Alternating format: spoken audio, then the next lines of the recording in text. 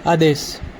आज आपको मैं ये बताऊंगा कि कोई भी साधना करते समय कोई भगत या कोई तांत्रिक नई साधना शुरू कर रहा है, वो साधना शुरू करने के बाद साधना के 10 या 15 दिन के बाद साधना खंडित हो जाती है, साधना अधूरी छोड़ दी जाती है, साधना वो पूरी नहीं कर पाता है, वो भगत हो या कोई साधक।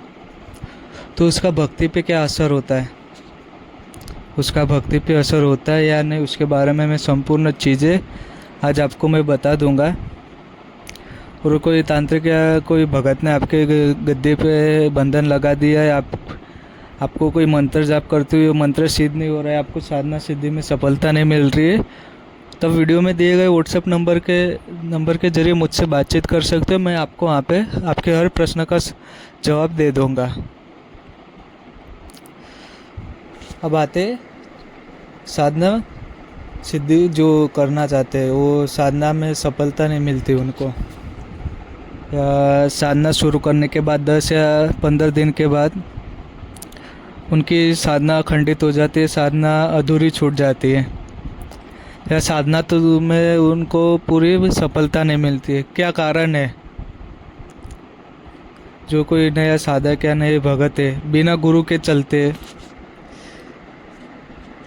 तो क्या कारण है उसके कि सफलता नहीं मिल पाती है और खंडित की हो जाती है, उसका भक्ति पे असर हो जाता है या नहीं, उसके बारे में मैं चीज़ें बताऊंगा कि आपको। जो साधना में बैठते जो इंसान, जो भगत रहता है ना, वो साधना में बैठते हैं, पर गुरु हुआ जो धारण किया हुआ रहता है ना साधक, उसे सफलता जरूर मिलती है, क्योंकि उनका गुरु भी साधना करके बैठे रहते हैं। तो फिर उनको भी उनके गुरु के तरफ से आदेश कुछ होते, उनको जवाब दिए जाते, उनको समझाया जाते कि ऐसी ऐसी चीज़ें होगी, उन्हें सारी चीज़ें समझाई जाती है। जो गुरु दीक्षित रहते, तो उनकी तो साधना में कोई रुकावट आती नहीं है, ना ही उनकी खंडित होती है, उन्हें सफलता भी मिलती है और साधना में उनको चीज़ें भी अनुभूत होती है और उन्हें चीज़ें भी दिख जाती है।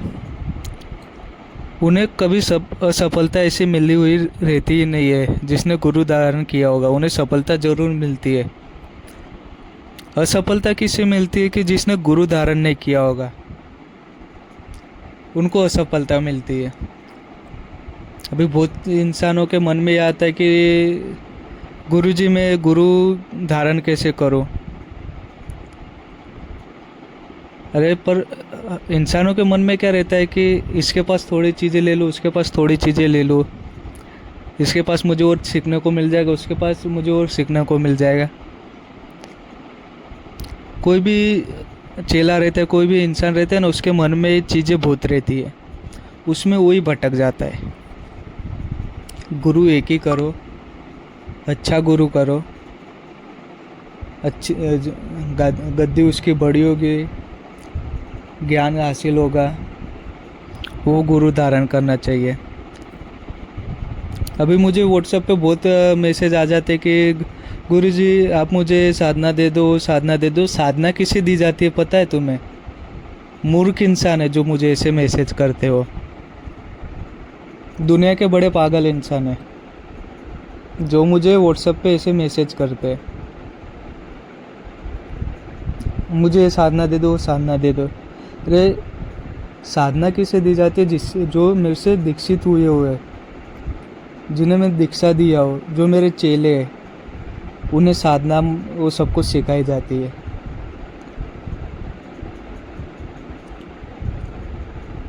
कभी तुम मुझसे मिले नहीं हो और डायरेक्ट तुम मुझे साधना की चीज़ों में पूछ रहे हो। चलो साधना के बारे में तो मैं आपको मंत्र भी दे दूंगा, साधना भी करने का बोल दूंगा, पर उसके बाद आपको कोई चीज़ें दिखी, आपको चीज़ें कोई परेशान कर, उसमें मैं हाथ नहीं लगा सकता हूँ, क्योंकि तुम तो मेरे चेले हो नहीं। तो फिर मैं तुम्हें डायरेक्टली कोई चीज़ दे भी कैसे सकता हूँ? साधना किसे करनी चाहिए? जो दीक्षित हुआ हो जिस गुरु के नीचे, उसने गुरु धारण किया होगा, उससे साधना दी जाती है, वो चेले को साधना दी जाती है, क्योंकि उसके पास एक कृपा है, गुरु की कृपा है, देवता की कृपा दी जाती है, तब जाके साधना में बिठाया जाता है। कभी आपने भक्ति की नहीं है और डायरेक्ट आप साधना मुझसे मांगने जाते हो, तो फिर वो चीज़ घर में आके बैठ जाएगी ना, तो फिर आप चीज़ें हटा भी नहीं पाओगे, समझे? इसके लिए गुरु धारण करके साधना में बैठा जाना चाहिए। गुरु होगा तो अच्छा है। अगर आपने साधना में बैठ गए, आपके गुरु भी धारण नहीं है, तो उसमें होता क्या है, भोग भी की भी विधि रहती है। साधना में भोग भी लगाए जाते हैं। अगर आपने तामसिक साधना उठाई है, आपने जैसे कि काल भैरव की साधना की है, तुम उनको मीठे भोग में भी चला सकते हो। शमशान भैरव की साधना करने जाओगे आप, तो उसमें तामसिक भोग आधे लगते हैं, वो साधना पूरी अलग हो जाती है। ये सब जो साधना है वो घर के बाहर करनी चाहिए। अभी ये सब चीज़ें ना आपको कोई जल्दी नहीं बताएगा। आपको मैं अच्छा ज्ञान दे रहा हूँ, अच्छे समझ के मंत्र जाप करना, साधना करने में जैसे समझा रहा वैसा, जोश में होश नहीं खो बैठना है। मैं तुरंत वीडियो डाला, जोश में आकर तुरंत तो मंत्र का जाप करने बैठ गए। पहले मैंने उस मंत्र के बारे में क्या बताया है, क्या नहीं, वो देखना है, तब जाके मंत्र भी जाप करना है। वैसे ही आपको मैं सब चीज़ें समझाता हूँ। हर साधना अलग अलग प्रकार की रहती है। कौन सी साधना कैसी रहती है, वो गुरु जो धारण किए रहते वही बताते, समझे? मैं आपको कोई भी मंत्र देता हूँ, एक बार मुझसे ज़रूर पूछ लेना। आप व्हाट्सएप के नंबर के ज़रिए हुए मुझसे बातचीत कर लेनी है कि ये मंत्र के विधि विधान क्या है गुरुजी, वो ज़रूर पूछ लेना है कि मैं तो फिर आपको वहाँ पे व्हाट्सएप पे सब कुछ बता दूँगा।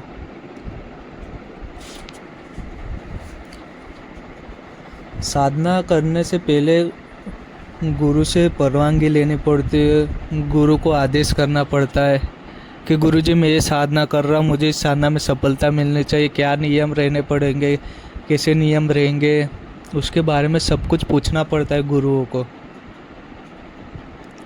तब गुरु जाके चेले को आदेश करते कि जा बेटा तू ये साधना कर, तुझे सफलता मिल जाएगी, ऐसे ऐसे नियम पालना करना। आधे इंसान तो इस चीज़ के पीछे पागल रहते हैं कि मुझे शक्ति मिल जानी चाहिए, मुझे देव की शक्ति मिल जानी चाहिए, देवताओं की शक्ति मिल जानी चाहिए, हर चीज़ को मैं बांध सकूँ, हर चीज़ का मैं तोड़ कर सकूँ, चुटकियों में वो कर सकूँ, चुटकियों में ये कर सकूँ। मूर्ख इंसान है। ऐसे जो मन में सोचते ना, ये सब मूर्ख इंसान है। देवता कोई तुरंत नहीं मिल जाता है, भक्ति करनी पड़ती है, गुरु की सेवा करनी पड़ती है, तब जाके देवताओं की कृपा प्राप्ति होती है ना, समझे? और जो इंसान बोलते हैं कि गुरुजी मुझे दीक्षा लेनी वो लेनी है, तुरंत ही दीक्षा नहीं मिलेगी मुझसे भी। मैं पहले आपको देखूंगा कैसे हो, कैसे नहीं, नियम पालना में कैसे हो। मुझे भक्ति करने वाले इंसान अच्छे लगते हैं, ना कि भटकने वाले इंसान, समझे? इसके लिए साधना करो तो गुरु धारण करके साधना करो। अगर साधना आपकी खंडित हो गई तो फिर आप जो साधना कर रहे होगे वो साधना दोबारा जल्दी आपको सफलता उस साधना में मिलेगी नहीं। इसके लिए साधना करोगे तो अच्छे सोच समझ के साधना करो, गुरु से परवानगी लेके साधना करो। गुरु आपको आदेश करेंगे तब उस साधना में बैठना है, तभी आपको साधना में भी सफलता मिलेगी। अगर आपने गुरु धारण नहीं किया है तो साधना करनी नहीं चाहिए और साधना में उतरना भी नहीं चाहिए। खाली आप देवताओं के साधारण मंत्र का जाप कर सकते हो, अच्छा है, वो कृपा प्राप्ति के लिए। उग्र स्वरूप के मंत्र जाप नहीं करने, गुरु को धारण करके वो मंत्र का जाप करना है, उग्र स्वरूप के गुरु दीक्षा लेके जाप करना है। तो आपको जो मंत्र का जाप करना होगा एक बार व्हाट्सएप के नंबर के जरिए मुझसे बातचीत कर सकते हो। आपको मैं वहाँ पे संपूर्ण चीज़ें बता दूंगा। समझे? आदेश।